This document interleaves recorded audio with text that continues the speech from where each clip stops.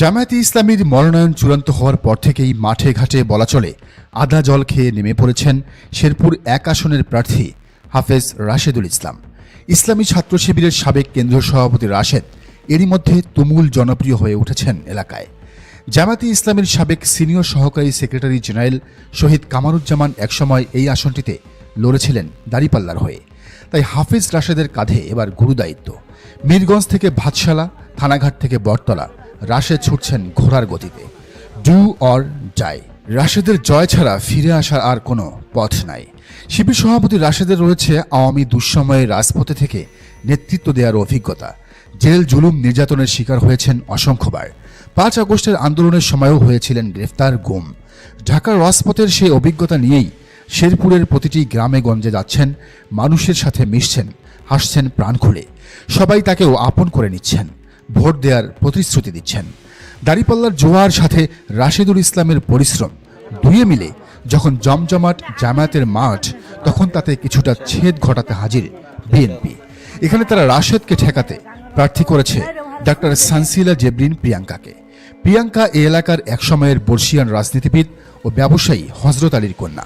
2018 সালেও ধানের শীষের প্রার্থী হয়েছিলেন তিনি। 18 সালে তার বয়স ছিল মাত্র 25 বছর 6 মাস। সেবারের সর্বকনিষ্ঠ এই ক্যান্ডিডেট ছিলেন আনোয়ার খান মডার্ন মেডিকেলের প্রভাষক।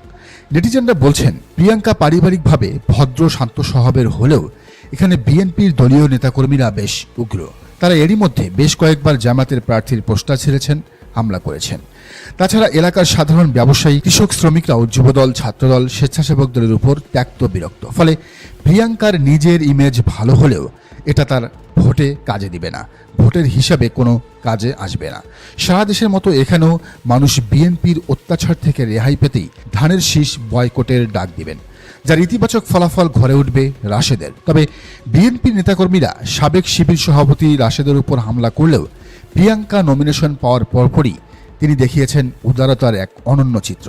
ফেসবুকে এক স্ট্যাটাসে রাশেদ লিখেছেন, শেরপুর সদর আসনে বাংলাদেশ জাতীয়তাবাদী দলের সংসদ সদস্য প্রার্থী ডাক্তার সানসিলা জেবরিন প্রিয়াঙ্কাকে অভিনন্দন জানাচ্ছে। বর্ষিয়ান রাজনীতিবিদ ও ব্যবসায়ী শ্রদ্ধ হজরত আলীর কন্যা ছোট বোন প্রিয়াঙ্কা 2018 সালে এক কঠিন সময়ে ধানের শীষের প্রার্থী হয়েছিলেন। নির্মম নির্যাতনের শিকার হতে হয়েছিল ফ্যাসিস্ট গুন্ডা দলের হাতে। জামায়াতে ইসলামীর সাবেক সিনিয়র সহকারী সেক্রেটারি জেনারেল, শেরপুরের গণমানুষের প্রিয় নেতা শহীদ কামারুজ্জামানের দাঁড়িপাল্লার প্রতীকে আমরা একসাথে নির্বাচন করেছি। অনেক স্মৃতি দুদলের রাজনৈতিক কর্মীদের মধ্যে। নতুন বাংলাদেশে নতুন ধারার রাজনীতির ময়দানে আজ আমরা প্রতিযোগী, এমনটা হয়তো ভাবেন অনেকে। আমি দেখি অন্য অ্যাঙ্গেল থেকে। আমরা অবহেলিত শেরপুর সদর গড়ার জন্য প্রতিযোগিতা করছি। জনগণ আমাদের মধ্য থেকে কোনো একজনকে বেছে নেবেন মানে অন্যজন বাতিল, এমন নয়, বরং প্রত্যেকের থিঙ্কিং কাজে লাগাবেন এ জনপদের মানুষের জন্য। দিন শেষে প্রিয় ছোট বোন প্রিয়াঙ্কা আমার কিংবা XYZ কারো বিজয়ের কিছুই নেই। আমরা সবাই জনগণের বিজয়ের জন্য প্রত্যয়ী। ক্ষণিকের দুনিয়ায় মানুষকে ভালো রাখার দায়িত্বের আমানত রক্ষায় নিয়োজিত থাকতে পারছি, এটাই তৃপ্তির। এক্ষেত্রে আমার দল জামায়াতে ইসলামীর জনশক্তি, সহযোগী, শুভাকাঙ্ক্ষী সকলের প্রতি অনুরোধ, সতর্ক হয়ে সম্মানের সহিত চলব আমরা। আমাদের কোনো কথা কাজ যেন রাজনৈতিক ময়দানে থাকা ব্যক্তিবর্গকে অসম্মানিত না করে। আমাদের পজিটিভ আচরণ আমাদেরকেই সম্মানিত করবে ইনশাআল্লাহ। বাংলাদেশ 2 গড়ার পথে মহান আল্লাহ আমাদের তৎপরতা কবুল করুন। নেটিজেনরা বলছেন, রাশেদের এমন উদারতার প্রশংসা এখন গোটা শেরপুর জুড়ে মানুষ বিষয়টিকে পজিটিভ হিসেবে দেখছেন। তারা বলছেন, এমন নেতাই তারা চান যে নেতা হবেন সবার। এদিকে জামায়াতের শক্তিশালী বেশ কিছু প্রার্থীর বিপরীতে নারী প্রার্থী দাঁড় করিয়েছে বিএনপি। এর মধ্যে একটি হলো নাটোর 1। এখানে ধানের শীষ পেয়েছেন ফারজানা শারমিন পুতুল। লালপুর বাগাতিপাড়া নিয়ে গঠিত আসনে জামায়াত মনোনীত প্রার্থী হলেন লালপুর উপজেলা আমির ও লালপুর উপজেলার সাবেক ভাইস চেয়ারম্যান মাওলানা মোহাম্মদ আবুল কালাম আজাদ। নাটোর 1-এ তার রয়েছে ব্যাপক গ্রহণযোগ্যতা। সাবেক জনপ্রতিনিধি হওয়ায় তিনি পাচ্ছেন বাড়তি সুবিধা। তাছাড়া এখানে বিএনপির ভেতর রয়েছে ব্যাপক গ্রুপিং। নাটোর 1 আসনে বিএনপির প্রার্থী হিসেবে ফারজানা শারমিন পুতুলের নাম ঘোষণার পর প্রতিবাদে তার ভাই ইয়াসির আরশাদের সমর্থকেরা মহাসড়কে আগুন জ্বালিয়ে বিক্ষোভ করেছেন। এ সময় বোনের সমর্থকদের বিরুদ্ধে মারধর করারও অভিযোগ উঠেছে। গতকাল সোমবার বিকেল থেকে মধ্যরাত পর্যন্ত লালপুর উপজেলার গৌরীপুর মোড়ে এসব ঘটনা ঘটে। ফারজানা শারমিন সাবেক ক্রীড়া প্রতিমন্ত্রী প্রয়াত ফজলুর রহমান পটলের মেয়ে। তার ছেলে ইয়াসির আরশাদও এই আসনে বিএনপির মনোনয়ন প্রত্যাশী ছিলেন। প্রার্থীর জনপ্রিয়তা আর বিএনপির গ্রুপিং সব মিলিয়ে জামাত এখানে এই আসনে বিপুল ভোটে জয় পাবে বলেই ধারণা নেটিজেনদের। বিএনপি যে 9 আসনে নারীদের প্রার্থী করেছে তার একটি ফরিদপুর 2। নগরকান্দা ও সালতা উপজেলা নিয়ে গঠিত ফরিদপুর 2 আসনে ধানের শীষের প্রার্থী বহুল আলোচিত শ্যামা ওবায়েদ ইসলাম। এখানেও কৃষক দলের কেন্দ্রীয় নেতা শহীদুল ইসলাম বাবুলের সাথে অন্তকলহ রয়েছে শ্যামা ওবায়েদের। 5 আগস্টের পর বিএনপির প্রথম যে মারামারিতে একজনের প্রাণ যায় সেই এলাকায় এটি। বাবুল মনোনয়ন বঞ্চিত হওয়ায় তার অনেক অনুসারী জামাতের হয়ে কাজ করবেন বলে জানা গেছে, কারণ তাদের মনে এখনো দগদগে ক্ষত। এই আসনে দাঁড়িপাল্লার প্রার্থী নগরকান্দা উপজেলা জামাতের আমির সোহরাব হোসেন। তিনি এর আগে নগরকান্দা উপজেলায় নির্বাচন করেছিলেন।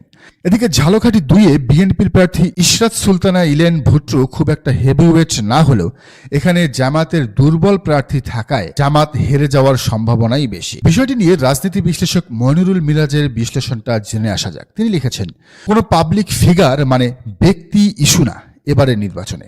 লোকজন আসলেই এন্টি বিএনপি বা বিএনপি বিরোধী হিসেবে জেগে উঠলে যে কোনো জায়গায় যে কোনো প্রার্থী ধরা খাবেন।